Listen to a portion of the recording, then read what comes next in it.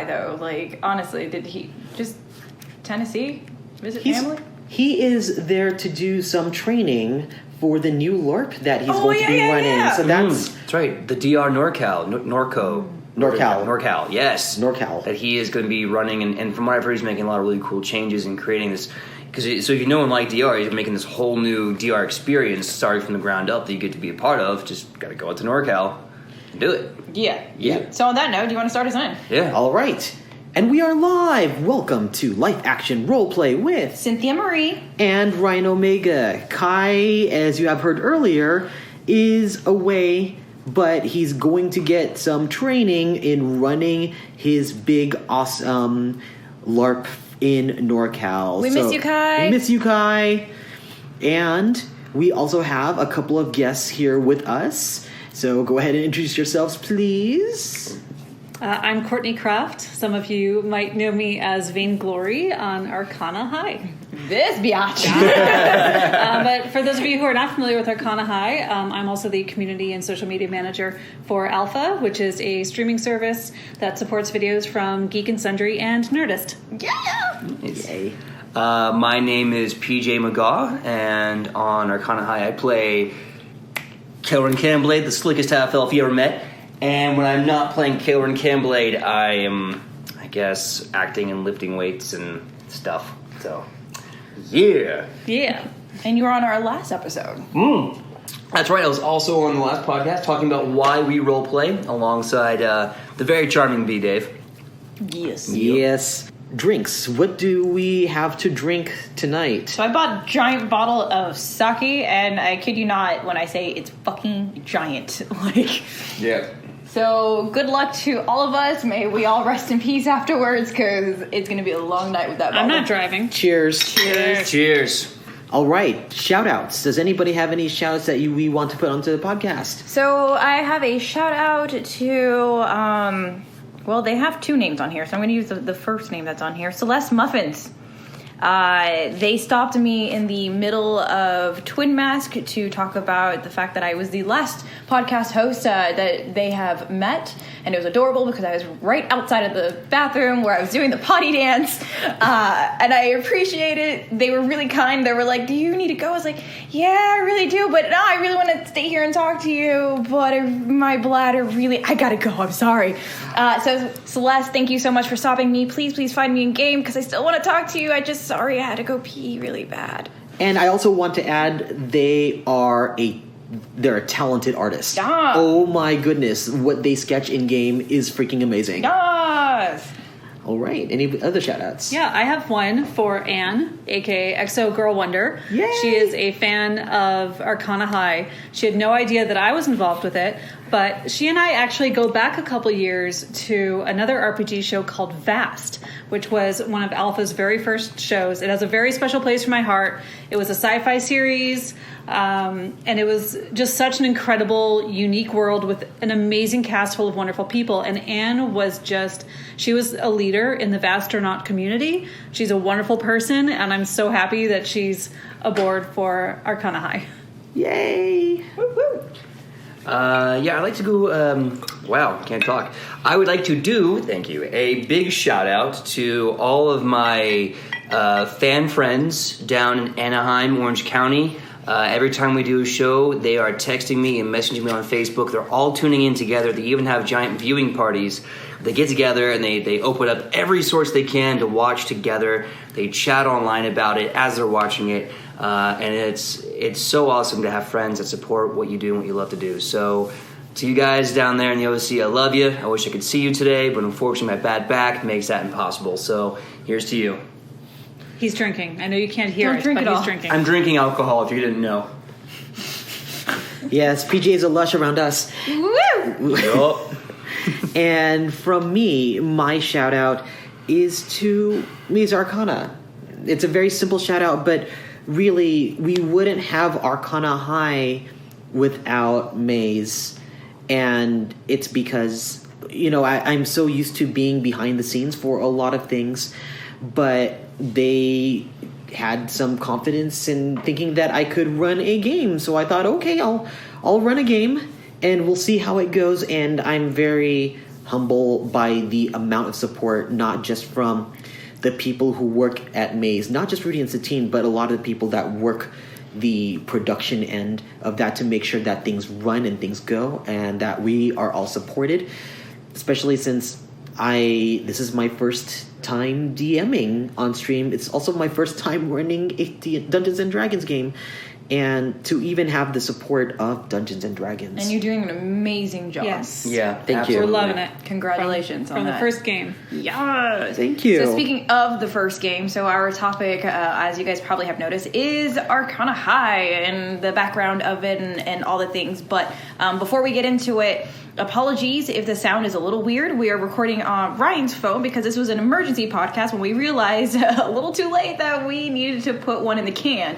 So that's the other reason why the rest of the cast isn't here. Is because PJ and Courtney were the first one to answer the call. I dragged myself out of bed. I popped some ibuprofen, and I dragged myself here. So And now we're getting you drunk. And yeah, that way I can't feel back pain when I can't feel. So Excellent. Just keep going.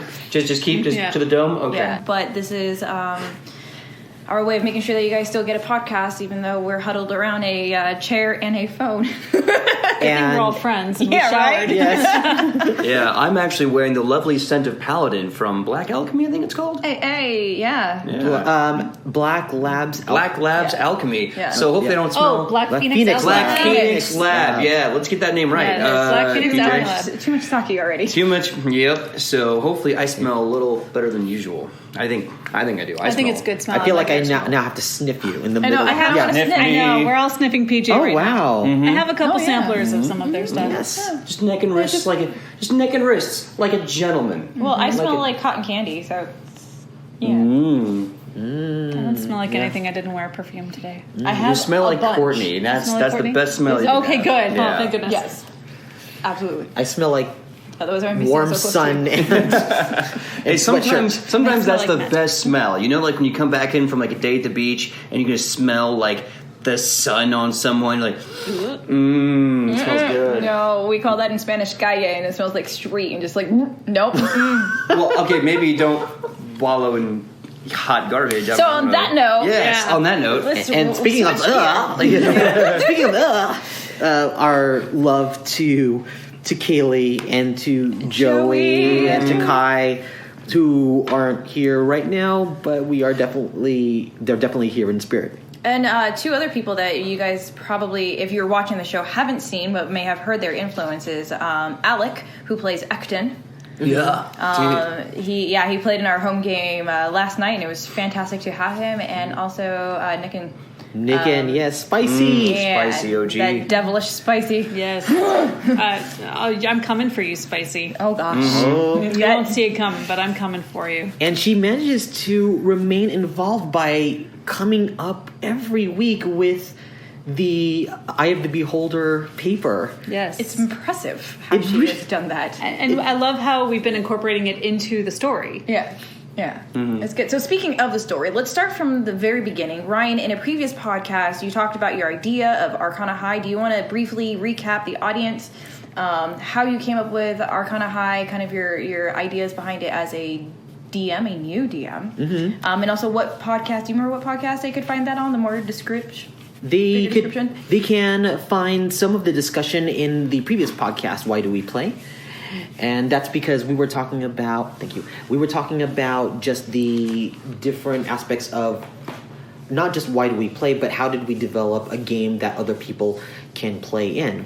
And so to just briefly go over what I talked about then, when I started to create Arcana High, or originally it was called Elminster High, and the reason for that is because high schools are sometimes named after leaders, like we would have, at least in the U.S., and I don't know, it could be applicable everywhere else. So I thought, what is a prestigious character in the D&D world that would be the equivalent? And immediately, one of the bigger names was Elminster Omar, who was a legendary wizard known everywhere in Faerun.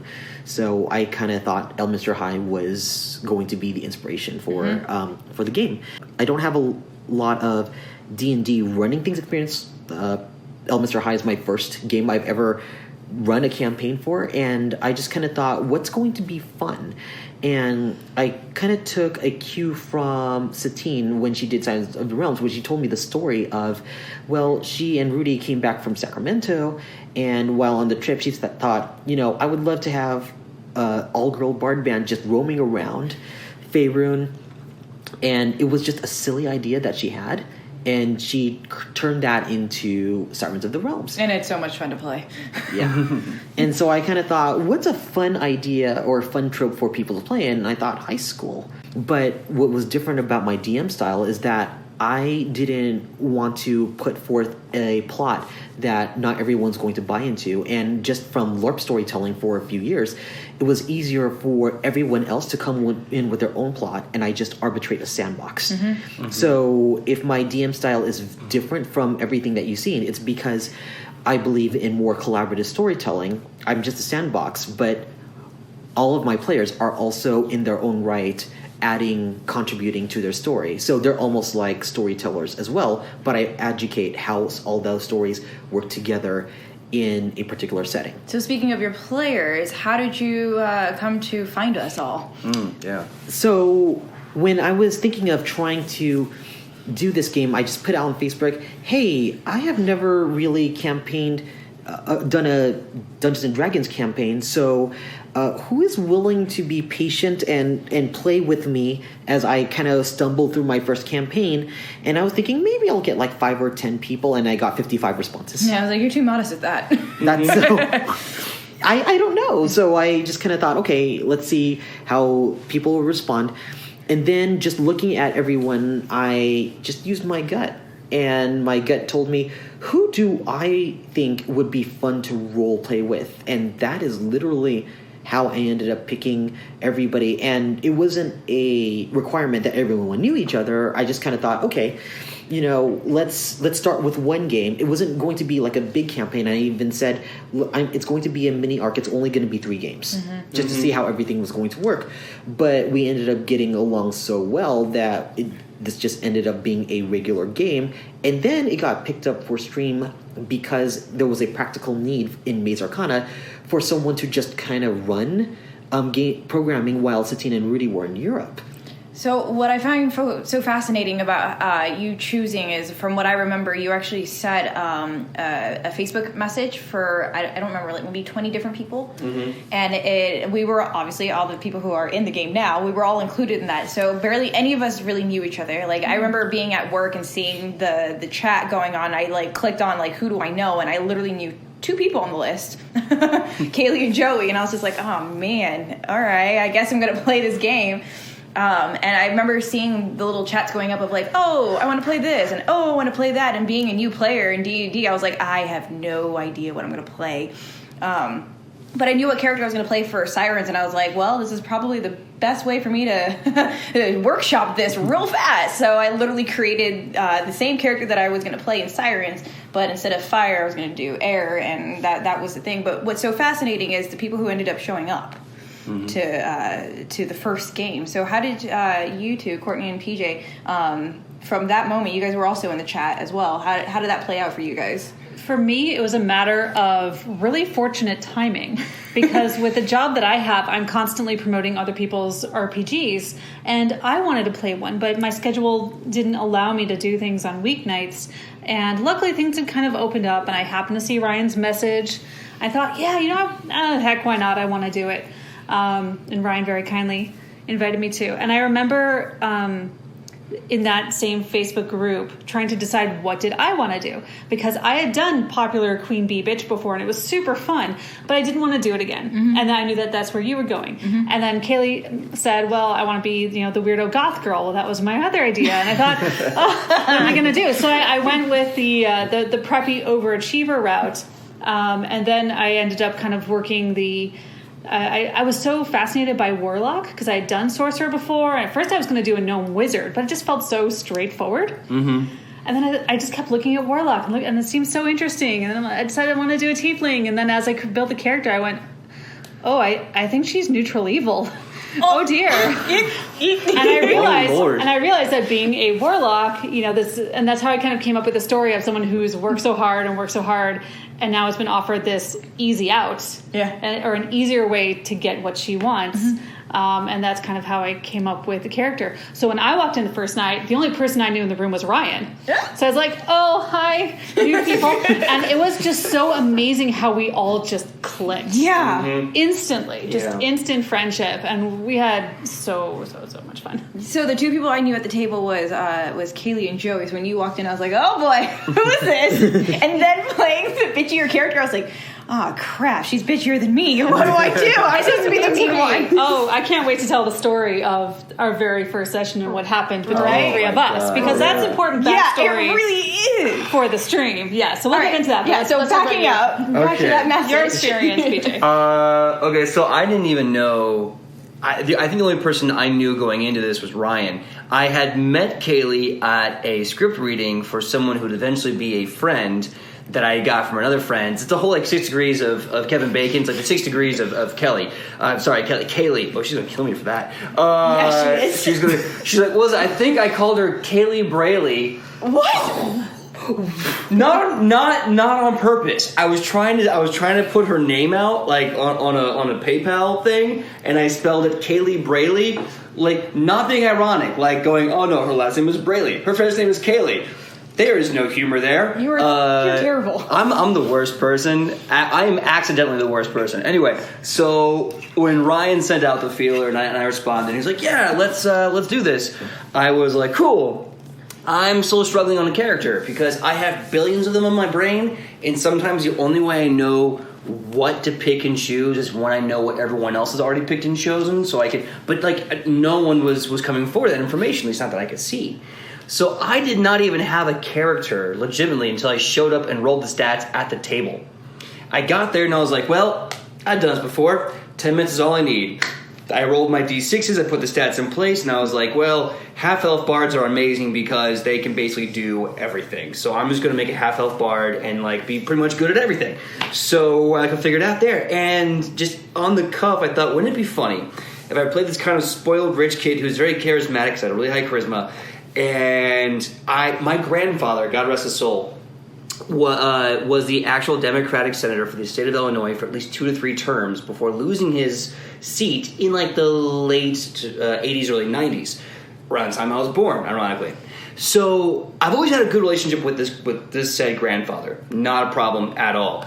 But that's not interesting for a high school setting. Right. So as time progressed, I just kind of found this John Hughesian narrative, the whole the disenfranchisement of father and son in this kind of rich environment, and everything is kind of built.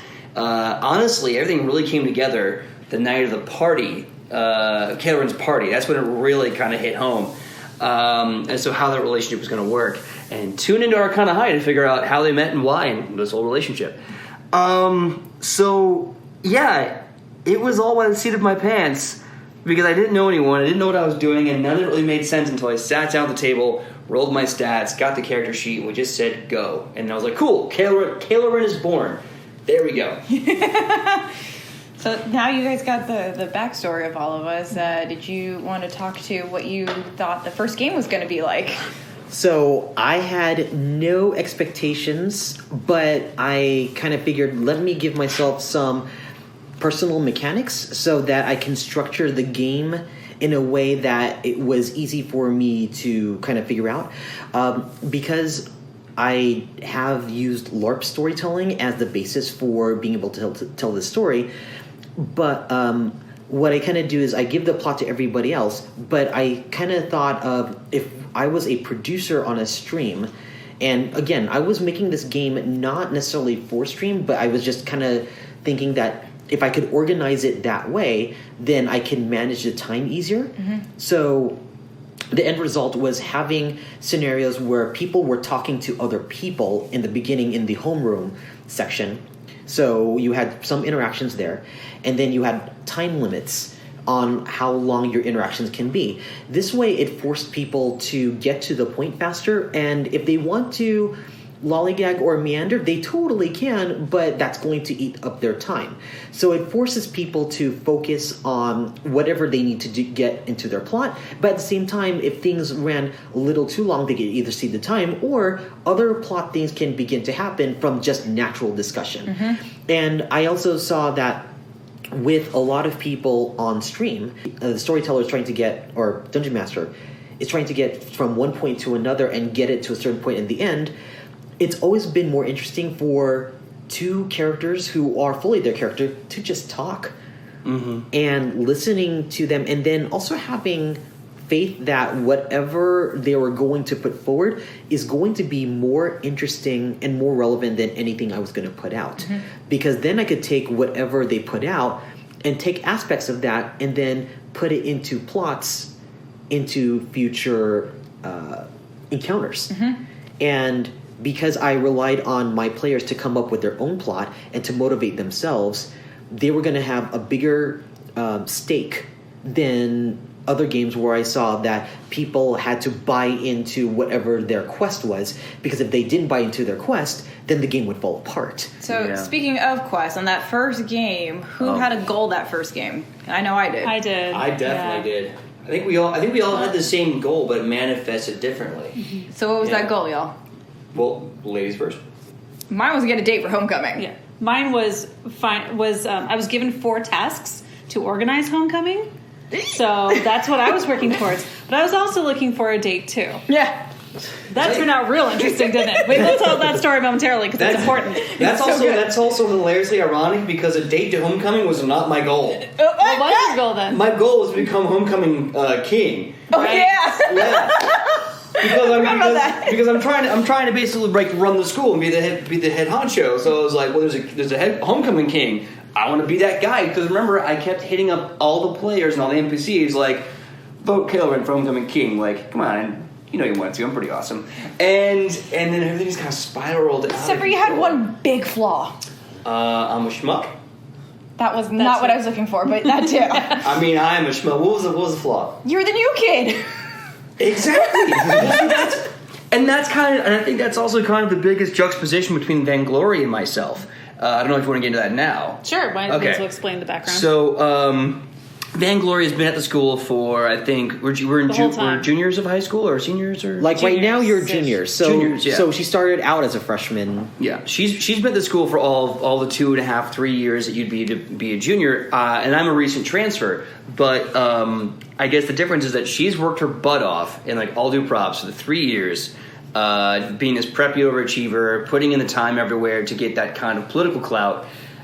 I showed up at the beginning of my junior year, a rich boy coming from high society with tons of issues, who thought, oh, I'm just going to popular my way into this. Because if there's one thing I know how to be, it's popular, because that's the one thing I've always, like, that's my own skill. So my tactic was just to be cool and loved and popular and throw parties and all this kind of crap to get people to like me. And here Vainglory is doing the honest work, putting it in for 3 years, and I just show up like, hey, who wants to go to my place for a party and then vote for me? And it's such a different it's definitely manifested now with the whole elections plot line. Yeah. But I think we should go back as to how our conflict originally began. You really want to talk about that, don't you? It's such a good story. It's a really good story, yeah. And it's gonna help you guys understand why our characters, interact with each other the way they do. Yeah. Well, so you want to start from the very, very top of the thing? With the thing? Sure. So many things. I think we're talking about the same thing. I can't read your mind. Well, so go for it. When Ryan was first describing all the NPCs as they came into homeroom, I was listening and going, okay, who would Vainglory be interested in? And I'm listening and going, no, maybe, nah, I don't know. And then PJ actually came into the game late. Way late. Like an hour. Yeah, and when he described his character as being this son of a senator, being very charming, having a lot of clout, I was like, that's the one. That Vainglory is attracted to power. So I wanted to ask him. Hold that thought real quick. So I was gunning for one of the other NPCs, Tico. You want to date Tico? Tico! That's hilarious. Tico's the creepy new kid. He's like the creepy kind of goth new kid, and the other goth, Luna, doesn't trust him at all. And she's like, so what? The reason why Luna's so obsessed with Tico was because I sent her a message saying, I need you to find out everything about Tico. Oh, because you wanted to get, like, is he single? Can I ask him out? Yeah. What did you like? Which is why she's obsessed with Tico today. I did not know that. I thought you were just interested in the plot. Oh. Well, no, I think her reasonings for, like, being crazy about Tico have drastically changed now. Like, at first it was like, I gotta do intel, like, reconnaissance for my friend, and now it's like, but no, seriously, what's his fucking deal? So, okay, now back to... Okay, PJ walked in an hour late. Yeah, so PJ walks in late. Like I do. So before I get a chance to do what we call in the game the big ask, which is to ask someone to dance, you two ended up having a scene in Spear Shakers. Oh, it was before that though. Yeah. So we were in the hall arguing about something. This was actually a lot of fun, and I would love to do this again sometime, you and I. We were in the hall arguing on the way to Spear Shakers, because it was all four of us were meeting in the hall, and having kind of like this CW moment of like, we're pretty, and we're young, and we're walking in a school hall, and then, like, I think like a bell rings or something, we have this breakdown argument, but it's not even a big deal, and then you just go with it, and you're like at a 10, and I'm like, well, I guess I gotta become this like New Yorker all of a sudden, and go to a 12. And we just improvised this entire scene of like I'm like, hey Marie, I don't know what you're talking about. Why are you always yelling at me? Why are you always busting my back? And she's like, Tony, I told you, or whatever. And P.S. we had not met. Yeah. Yes. Ever. Like, and even know his name at that point. Yeah. I thought you two knew each other. This is the first time I had ever talked to her.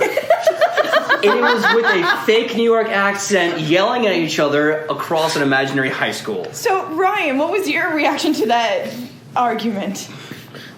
Wow. I was not expecting any of this because, like, for me, one of the deciding factors, aside from, who would be fun to role play with, but who would buy into those scenes so hard that they would just totally commit to being those characters. So I was really shocked how well that all played out. Yeah. And it wasn't like super orchestrated or planned. Like I assumed that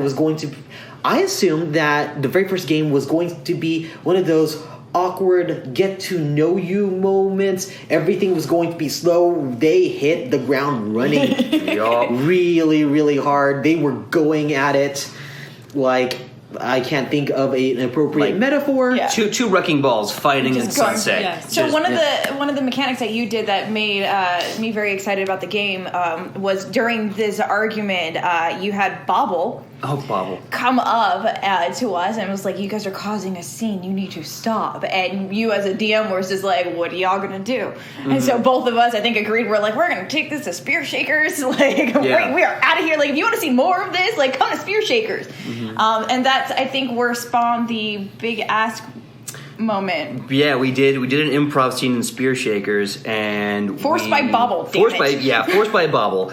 And I did the big ask during an improv scene, and then Bobble made us do the same scene like 3 times, hitting the same notes, hitting the same improv beats. And at the end of it, we were like, did we just ask each other out to the dance? And I said, yeah, we did. Do you want to go? Because I'm asking you. Yeah, sure. Okay, whatever. And it was so strange because we went from like total strangers to we're dating now. Like that, and then that led to the most amazing and awful moment that kicked off the greatest destructive, heart-destroying drama that is now Arcana High in all of its on fire glory. Good Lord. Oh, thank you. And glory really is the right word. So vainglory. What's up, BG? What's up? Tell us what happened. So PJ's at lunch, and he's like, I'm walking on sunshine. Totally. I legitimately was singing that song, by the way. So, vainglory has 2 different ways of speaking. There's her condescending vainglory voice when she's talking to people who she thinks are stupid. Mm-hmm. But then there's real vainglory when she's a little more humble and just a little more shy and just being real. And so I was in that mode, and vainglory asked Kilrin to the dance right after they just did their big ask, and he was like, and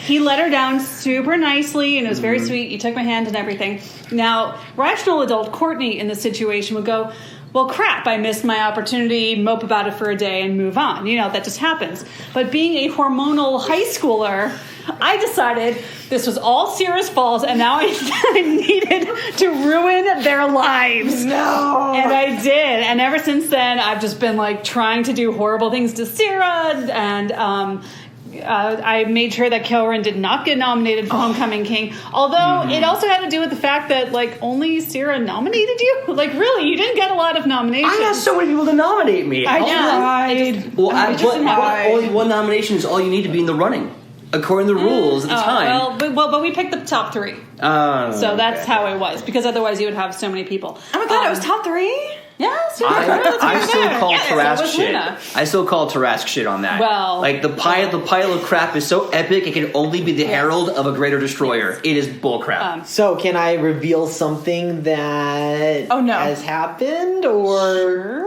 Totally Depends. Just kidding, go for it. Okay. Since that happened in game 1, and sometimes I call this episode 1 because I think of Degrassi High whenever I think about this game sometimes. We're pretty and we're walking in the hall. That's totally what it is. That's what it is. So what happened that no one else knows except for Courtney? She's looking at me, it's like, what? I'm getting my boo cannon ready. I'm going to boo so hard. Where's that notebook? Yeah. Boo! So what happened was, as certain things were going down for Homecoming, Lalo went up to Vainglory and said, okay, so based off of all of these nominations, because I've been too busy to handle things, which 3 people are nominated for Homecoming King, which 3 people are nominated for Homecoming Queen? And the thing that Vainglory said is, wait, aren't we supposed to collect those nominations? And Lalo says, it doesn't matter. That happened in the hallway. Yeah, that's why Ryan and I went on the hall. You guys were there, but Ryan and I went do out. remember you and Lalo I did the... Yes, that's what that was. I have it armed. Boo! Yes. I say boo. I say boo so loud I blew up the speaker. So it was partially Lalo's fault. So something that I want to touch on in terms of LARPing, or rather role-playing frenemies, is something that Courtney and I kind of established, not even necessarily verbally, but whenever she and I are getting into an argument, I'm sure you guys have heard this in other podcasts, but we hold up like the heart symbol of like, I love you so much, but God, it's just like start going at it. But it's a great check-in for playing that type of character to make sure that you and that person are okay. So any sort of hand symbol, eye contact check-in, because sometimes when you get into those sort of altercations, you don't know if that's really a personal thing, a personal attack or not. Especially when you're trying to purposely destroy someone else's goals. Right. Which we were doing. Right. We were actively working towards that. Except for the one time, it just kind of happened to happen with the elections. So, moving into the election storylines that some of you have seen in the miniseries, the way this kind of conflict came about was that Vecna Prep had come and they kidnapped GGG during Homecoming. We had to go get them back. The problem was everyone else in the party had kind of formed this group, but Vainglory wasn't quite a part of that. We were all trying to find a way, like, how do we bring Courtney into the group so I don't get too separated? And Kelrin came up to her and he was like, we need your help. And I'm thinking, crap, Vainglory needs motivation to go along with this. And it just so happened to be that earlier that Kelrin mentioned that he wanted to run for student Duke, or as we call it, president. That also just happened to be one of Vainglory's goals. Just pure coincidence. I wanted that too. So when he said, what do you want? It just clicked on me. I said, I want to be student council president. And the looks on everyone's faces was insane. You have to understand, like, I think a lot of this is just the perfect amount of goals overlapping. Yes. But it comes across as like the perfect conflicting drama. And we give Courtney the nickname of the girl who wins D&D. Really? Because so often her goals and her machinations are so powerful that it often feels like it's us against her, even though it's not. Yes. But it works that way. And it was so... I had to really humble myself and put the mission over ambition. And I like that. That's a good one. Yeah. Remember that. That's damn. I'm gonna keep that. I put the mission over ambition, and I shook her hand and said, "All right, fine. I promise I will be your vice president or chancellor. Chancellor. But you need to join us because the school needs us to get the mascot back. Yes. And which is funny because that bit of home game was carried over into the show, and as you saw in the first episode, I decided, nah, I'm not going to keep that promise because I'm the worst. So speaking of the difference between home game and stream, so those who have experienced that, what do you feel is different between those two role-playing arenas? I feel like my character is a lot more heightened on live stream, so I played the very, oh my god, cheerleader, yeah! Versus I think in our home game, y'all know me, so I don't really need to act like the dumb airhead that she's perceived as being in live stream. And I hope that if we were to ever extend this a little bit longer, that people would be able to see through the cracks of Sierra's airheadness and actually see that she's a lot smarter than she lets on. I hope that people who watch the live stream recognize some of the steps that she's taking to subtly manipulate situations. In the case of Kailerin, or in the case of the fight that everybody saw, like she didn't lose. For the record, it was a draw. And I actually slapped myself on the stream by accident. But to kind of make that roundabout again, in the home game, I'm a lot more relaxed because there's a lot more in the game than meets the eye. Mm-hmm. And in live stream, I just kind of heighten to that archetype. Yeah. And can you explain really quickly what happened in that duel? Because some people might be familiar with it and other people may not. So just summarize it real quick. All the things. So quick synopsis is the talent show. There is a particular NPC that you can go ahead and watch the show and find out who it is. Decided to steal poetry from Sierra's lovely notebook and actually read a poem that Sierra wrote about Kailerin, which caused Sierra to be really peeved off, which you don't want to peeve off a Genasi, in which case Sierra demonstrated her illustrious thunderclap cheer, which knocked out pretty much everybody in Spear Shakers, which got her into a lot of trouble, which made a duel occur. And within the duel, Sierra had to fight with the amazing buffs of all her friends, which honestly, as a player, I am still shocked and humbled by all the buffs that I got from all the players.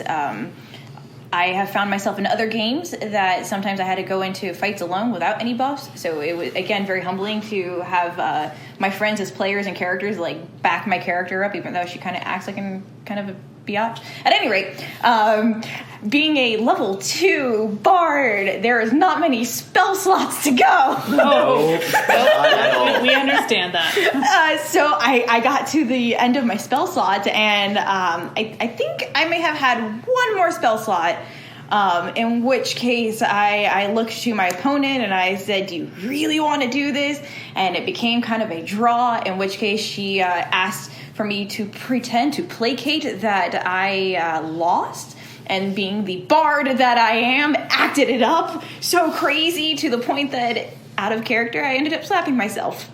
Woo! Yeah. That's commitment. Yes. Right? Totally by accident. I went to go do a stage slap to do that, and I ended up hitting my face at the same time. I was just like, well...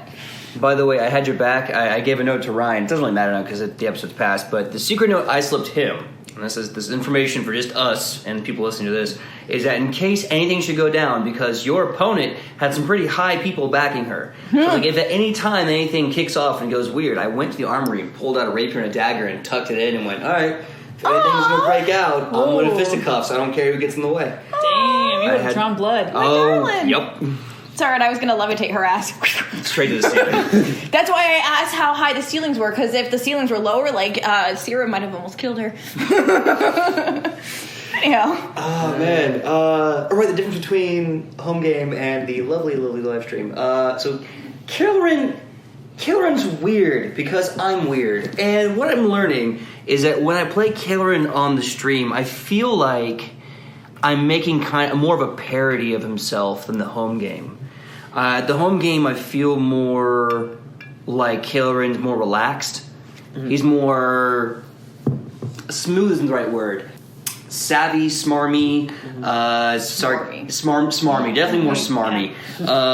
And when I'm on the stream, I feel like that's not as much of the case. And I think a lot of that is because the stakes are really high at the home game, but it's safe. You know, when you're doing the stream, the stakes are high, but everything's high. Energy's high. The temperature is really high. Yeah, those lights. Yeah. So my energy is it kind of gets to the point where my brain kind of makes a parody of the original concept. But I think, for better or worse, whatever happens with these homecoming elections, whatever happens with these the student body elections, Kael'ren's going to change a lot, and I think it's going to be really cool to play a character whose goals, for better or worse, is no longer this fever dream. Like, now I can kind of relax a bit in character. But yeah, it's difficult not to fall on that Zach Morris sword, because I've realized the more I played him how much Kael'ren is Zach Morris, but not as trash. Like, I love the internet memes of Zach Morris is trash, and boy is he a jerk. I really want to make a t-shirt that just says Kael'ren can't play this trash. And I would wear that to the gym. Like, I would wear that with pride. I'll get us a batch. So like who is that? And like, if you don't know, then you don't know. Let me bench out a quick set. Yeah, watch Arcana High. Yeah, watch Arcana High. Set TV / Maze Arcana. Wow. And I just wanted to interject real quickly. So what's been interesting for me is that when I'm running the home game, I'm running the campaign, which is Homecoming Week, which originally was supposed to be about 10 sessions. Well, originally it was supposed to be 3. Yeah. And we just ended up liking hanging out and playing this game, and I enjoyed running the game, so it ended up being more sessions. In fact, we're now close to the end of Homecoming Week. And that's been actually about 11 sessions so far. And given how busy we all are, like the fact that we can meet relatively consistently has been amazing.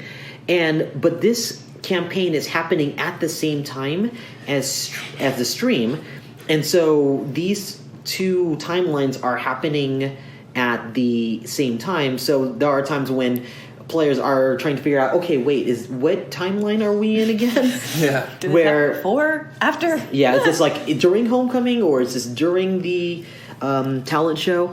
And so yesterday I ran a one-shot because we had a couple of newer people at our game, and Kai was away.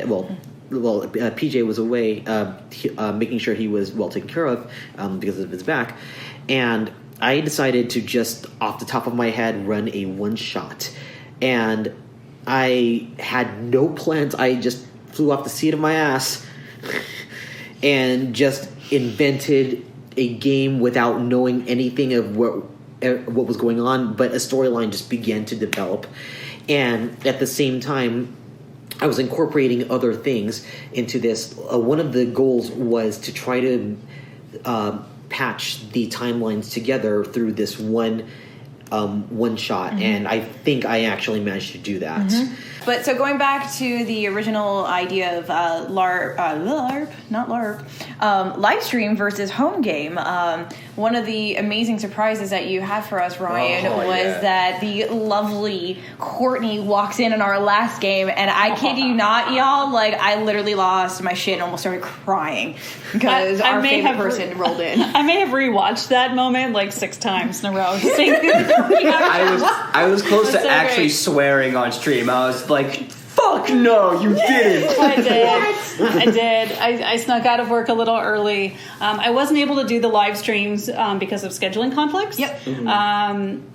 So I was like, oh man, the elections are such a big deal. It's one of Vaingloria's big goals. And I really wanted to confront Kael'ren about betraying me. And I told Ryan, I said, whatever the result of the elections are, go with what's best for the story. I will roll with it. But when it comes to the confrontation with Kael'ren, I want to do it myself. So that's why we actually set that up, that it would be the very last scene that I would get to scare the pants off you. That was so much fun. You know what? In and out of character, I deserved every bit of that ire. I did. That was fun. Yeah, one of the things that I purposely wanted to do is because Courtney wasn't able to join us, but the whole group wanted to include her somehow. Yep. And so the only thing that I could think of, given that it was a talent show mixed with student elections, and the problem in my head was, oh my God, student elections, and I know how much of a stake Vainglory would have had in it if we were to properly run this at home game, but we couldn't, and scheduling was a thing. So I was very grateful that Courtney gave her blessing that whatever was best for the story, let's go ahead and run with it. And so one important thing that we did was I had to study what Vainglory does, how she talks, what her attitudes are towards everybody else. So all the coaching that I had when I portrayed Vainglory came directly from Courtney, and any speeches that were on the show were written by Courtney. Mm-hmm. So you nailed it. That reminds me, there's something that they don't know about that. Should we reveal that Excuse me, a what? little secret now that the first arc is over? Yes, you may reveal that. Okay. So, Yeah, no, like super reveal. So What you is know it? how everything just happened to happen on the same day? Yeah. What did you do? Who do you think That's all you arranged that? You? Wait. Yes, Vainglory arranged Yeah. to have the talent show and the elections happen at the same time. Basically, to keep you busy because she knew that Kelrin was going to try to make some kind of bid for president, and she thought if I can keep him busy with the talent show, I was the one who suggested that you MC it. No wonder. Yes, That was a push. because I wanted to keep Kelrin too busy to campaign because she had this feeling that he was going to try to undermine her. The original idea was Yeah. Ryan's. Yeah. But my idea was, what if Vainglory was the one who set that up and made that happen? I mean, that's a really good plot. I still was able to campaign in my own way. Oh, yeah, you sure did. Which is self-sabotaging the entire mission, slowly and surely. But I did it. Oh, so Corellian helped me. I did it. Yeah, with the help of me. Thank you. With the help of you, Yeah. absolutely. Hey, I'm never going to take all the credit. I'm going to give credit where credit's due. There was a very strong, good woman that did 99% of the work, and I botched the 1%. Behind every good man is a great woman. Yes. We know this. And behind I think Jim Carrey once said, behind every great man is a woman just shaking her head. That is legit. Yeah. Or Every time. Or as Kai would say, where there's a will, there's a way. Yep. Oh, because you're my way. Oh, because you're the wind after exhale. You're the air I breathe. Oh, dear Lord. Sorry, that was on behalf of Kaylee. You literally asked me for that because I was like, "What about Babe?" Like, no, Babe's not good enough. And I said, "Okay." And this is actually how at a home game. Hold on, no, No. you were coming up with some weird stuff, and I was like, you could do better than that. No. I said Babe, and your exact words were Babe isn't good enough, so I had to come up with other things. All right, fair. And that's when I said Way, and it kind of It was was like adorable, what? yeah. And I said it's like Babe, but it's WAE, wind after exhale, because of the air I breathe. And then I gave you the nickname. I don't know, I remember that completely different. I have text messages to back that up. No, that happened Are you later. sure? At the table, I remember it was the Way thing. Yeah, okay. Oh, okay. Because I also called you Spring Breeze, and I thought it was super cute. As Courtney and I just sit awkwardly as this argument happens between It's us. like they're an actual couple. I mean, if you didn't like it, I wouldn't call you that. I It's just call you adorable. Babe. It's adorable, but everybody's reaction to it, I have to be like, oh god. What, you mean when they go bleh because we're being super cute? Yeah. You know what? Give them diabetes. I don't care. There's insulin for that. Oh, you're so sweet. No, I'm the worst. I've had one too many. Can I have one more, please? One more, please. Please, sir, may I have some more sake? More? You my want God. more? And so to segue into certain things, so we just completed our mini-series because we were only expected to be 3 episodes, but there was so much support and so much hype that Reese's team just asked, can you extend 3 more episodes? And I just wanted to check with everybody, but pretty much I went, yes! Of course. Yup. We were all like, yeah, We are totally. so in. Yeah, so the next episode from this recording, by the time this comes out, episode 4 would be out.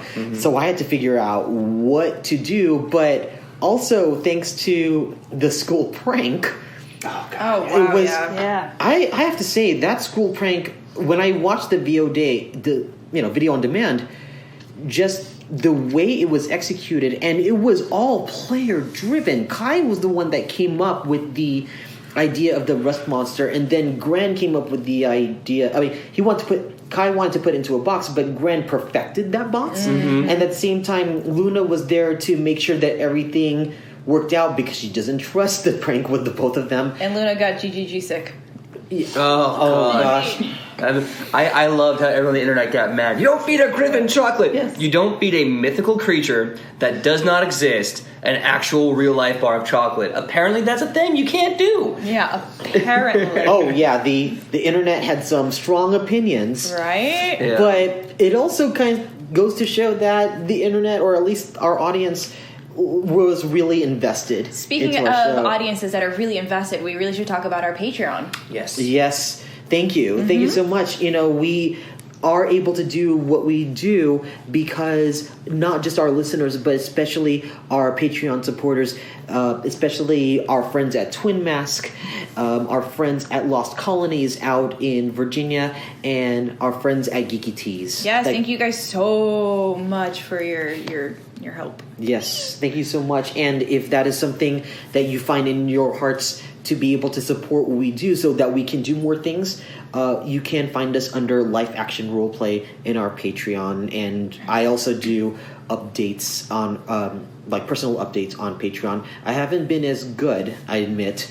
And I admitted to that. But part of it was because I had to prep and work on Arcana High. And I have to tell you right now that I've had a few episodes to DM, I had no idea how much work it is to put it on. People think that when you see Dungeon Masters or anyone putting a game on stream, they just assume that it's just a bunch of friends like just doing whatever, but there is so much preparation to just make sure that the game runs so smoothly. In my case, we are very blessed that we have the support of Maze Arcana, and we actually have a staff to make sure that they take care of us, that we look good. And we also are blessed that we have a community that's been contributing and supporting, like just people just giving us stuff, people giving us like stuff as in like the Mats by Mars, like the beautiful Arcana High gym floor. It's like, it blows my mind. That's even a thing. Amazing. And our first fan art by Filiona. Yes. Like, we got fan art our first episode, and I'm like, oh my god, you know, this blows my mind. And you know, I'm very thankful to everybody who's ever given a kind word, who's ever watched this thing that we're doing. And you know, I am very blessed to have, I keep saying the word blessed like hashtag blessed, but I really am, because you know, there are many casts that will come and go, but whether this thing has a future or not, I will still run a game for my friends. And we just have the privilege of putting this in front of everybody so that they too can feel like they can be students too at home. And we've even had people who just feel like they want to be, you know, part of that world, and I want to include them when at all possible. Absolutely. Yeah. So I think we should wrap it up at this point. Do we want to do social medias? Yes, let's do social medias. Let me Awesome. start off with PJ. Hi, what's up? I'm PJ Megaw. You can find me on Facebook and Instagram as PJ Megaw. Part-time actor, part-time lifter, all-time dork. You can find me on the Twitter at @the_mega_W. I'm going to pass the mic to Courtney. Oh, except that the mic has been on the phone the whole time. Oh, you're so funny. I'm sorry. Oh, you're so- I'm still It's just okay. ruining High your five. day. High five. I love you, PJ. I love these guys, even though I give them such a hard time. I'm Courtney Kraft. You can find me on Twitter at the Anime Goddess. Or if you are a member of Alpha, I am Alpha Courtney. You can come and say hi and hang out with the chats when I do my live shows. Hi, Courtney. Hi. Hey, Cynthia Marie. You guys can find me on Instagram, Cynthia__Marie. That is 2 underscores, or on Twitter at Cindancer. All right, and this is Ryan Omega. You could find me on Instagram under Ryan Omega, and on Twitter under Ryan OMGA. We have Arcana High, so we have their Twitters and Instagram, so it's actually pretty easy. Arcana High on both Twitter and Instagram, and the Instagram just started, but the Twitter is pretty active. We have 100 followers now, which I'm like, oh my god, thank you. Yeah, and you can see us on Maze Arcana. As of right now, it would be Tuesdays at 6 p.m. Pacific Daylight Time on Maze Arcana. We've been very fortunate to have Dungeons & Dragons also host us on their channel. If you do like the things on Maze Arcana, like, please consider subscribing to Maze Arcana. And if you have an Amazon Prime subscription, there you get a free Twitch subscription, and you might be able to consider supporting Maze in that way, since they're the ones that have put us on. Woo. And also to plug Life Action Roleplay Facebook and our Hype page. Please interact with us. Ask us whatever questions you'd like about any LARP or role-playing. Some of us are about to enter into Super LARP. That's right. Super LARP. It's a superhero LARP in Los Angeles. More to come by next weekend, or when we decide to do our next podcast. Hopefully it's soon, so we have stuff in the can for you. But do you want to take us away with your sign-off from Arcana High? All right. I just realized something. I always have a very awkward time trying to end live action roleplay. You mean like right now? It's mostly, and it's infamously Legit. bad, because then I just tend to ramble. But for whatever reason, Arcana High and everyone there's my love. So I'm going to sign off the way the headmaster of Arcana High would sign off. Everyone, class dismissed. See you next time. Bye. Bye. Bye.